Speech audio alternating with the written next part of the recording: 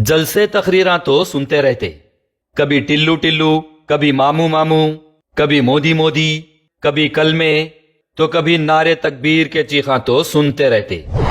इससे हटके assembly session में क्या चल रहा देखे तो उधर भी सब टाइम पास चल रहा, कुछ खास नहीं। असेंबली के फर्स्ट फेस में डराने धमकाने सीनियरिटी का ढाक डालने अटैकिंग मोड पे रहते।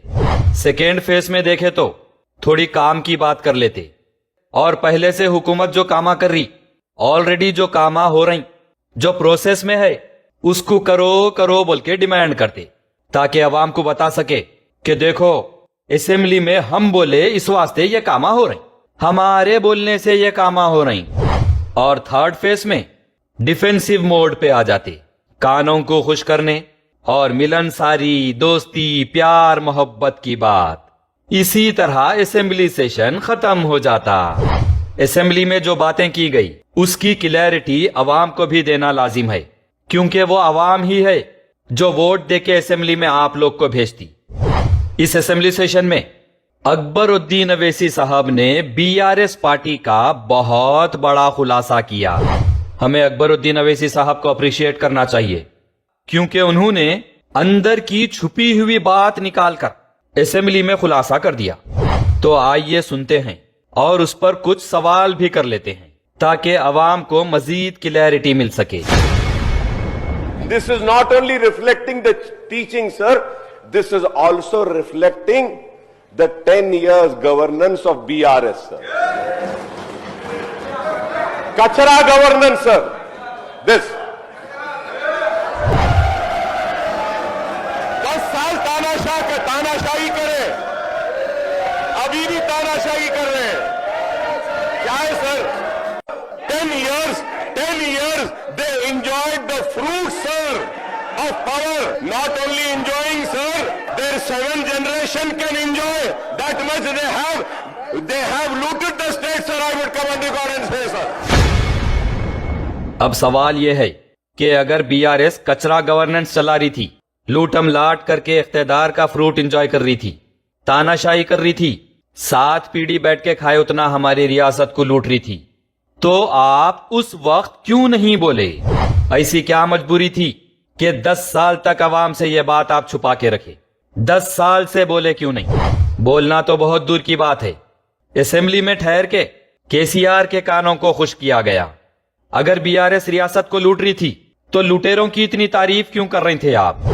रियासत लूट रही, लुटेरे सामने है और आप लूट पर खामोश है, लुटेरों की तारीफ में है, लुटेरों की ताईद में है और लूटम लाट को रियासत की आवाम से छुपाए हुए है, तो ये शरीयत, कानून और कॉन्स्टिट्यूशन के खिलाफ अमल है। लुटती हुई रियासत को देखकर सब जानबूझकर खामोश रहना, अनजान बन जाना, लुटेरों की ताईद और तारीफ करना और लुटेरों की असलियत अवाम से छुपाना, ये रियासत से गद्दारी और अवाम से मुनाफिकत के ज़मन में आता है। लुटेरों को रोकने और लुटती हुई रियासत को बचाने की बजाय असेंबली में लुटेरों को चुटकुले सुना के टाइम पास किया गया।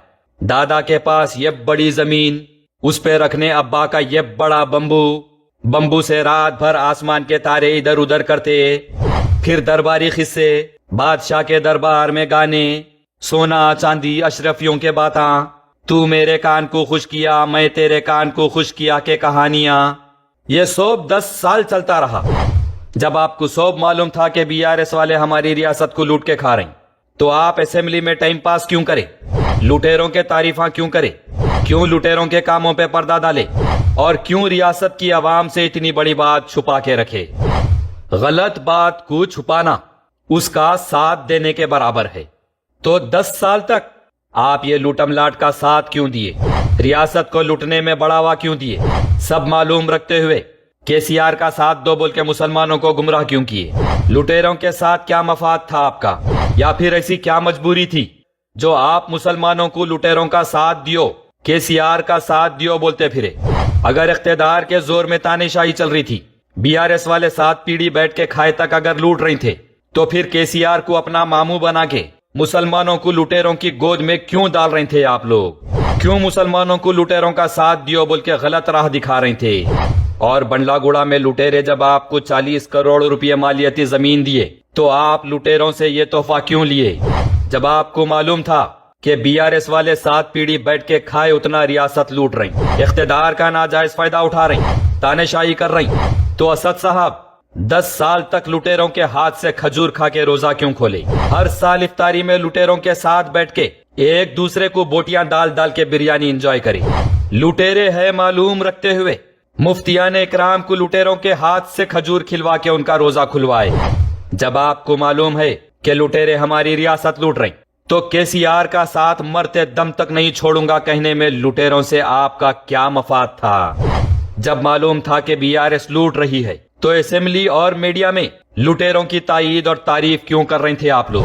میں یہاں کہنا چاہتا ہوں اس بات کو کہ مجلس اتحاد المسلمین اور اکبر الدین اویسی چندرشیکھر راؤ صاحب کو صرف ایک چیف منسٹر کی نظر سے یا حیثیت سے دیکھتے یا عزت یا احترام نہیں کرتے، بلکہ میں یہ کہوں گا کہ چیف منسٹر کی شخصیت ان کے لیے بہت چھوٹی ہے، بہت چھوٹی ہے۔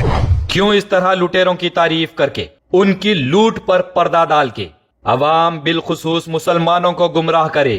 This nation deserves a leader like کے سی آر بول کے میڈیا میں لٹیروں کی غلط تعریف کیوں کرے؟ Definitely, I will stand along shoulder to shoulder with him.